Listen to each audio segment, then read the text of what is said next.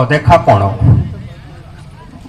ମୁଁ କେବେ ବି ଶୁଣିନି ଅକୁହା ଡେଣାର ଶବ୍ଦ, କେବେ ବି ଦେଖିନି ସତ୍ୟ ଶିବ ସୁନ୍ଦର, କେବେ ବି ଅନୁଭବ କରିନି ଆକାଶଟା ଶୂନ୍ୟ କି ମହାଶୂନ୍ୟ। କେବଳ ଅନ୍ଧମୁଖ ବଧିରର ଛାଇ ଦେଖିଛି, କେବଳ ଅନ୍ଧମୁଖ ବଧିରର ଛାଇ ଦେଖିଛି ମଳୟ ପବନରେ।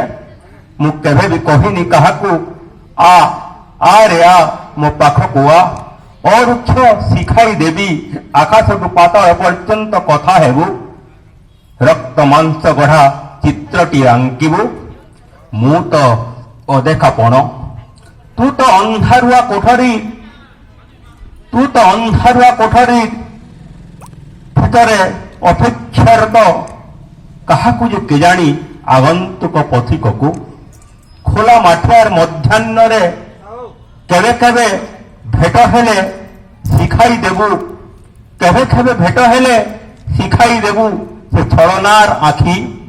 ମୁଁ କେବେ ବି ଶୁଣିନି ଅକୁହା ଶବ୍ଦର ଡେଣା, କେବେ ବି କହିନି କାହାକୁ କେଉଁ ରାଇଜରେ ଗଢ଼ା ତୁ, କାହାକୁ ଆସିଛୁ ତୁ।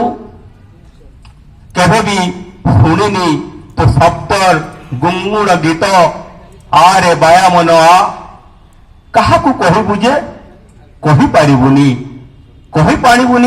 ଶୁଣିପାରିବୁନି, ଦେଖିପାରିବୁନି, କେବଳ ଅନୁଭବ କରିବୁ।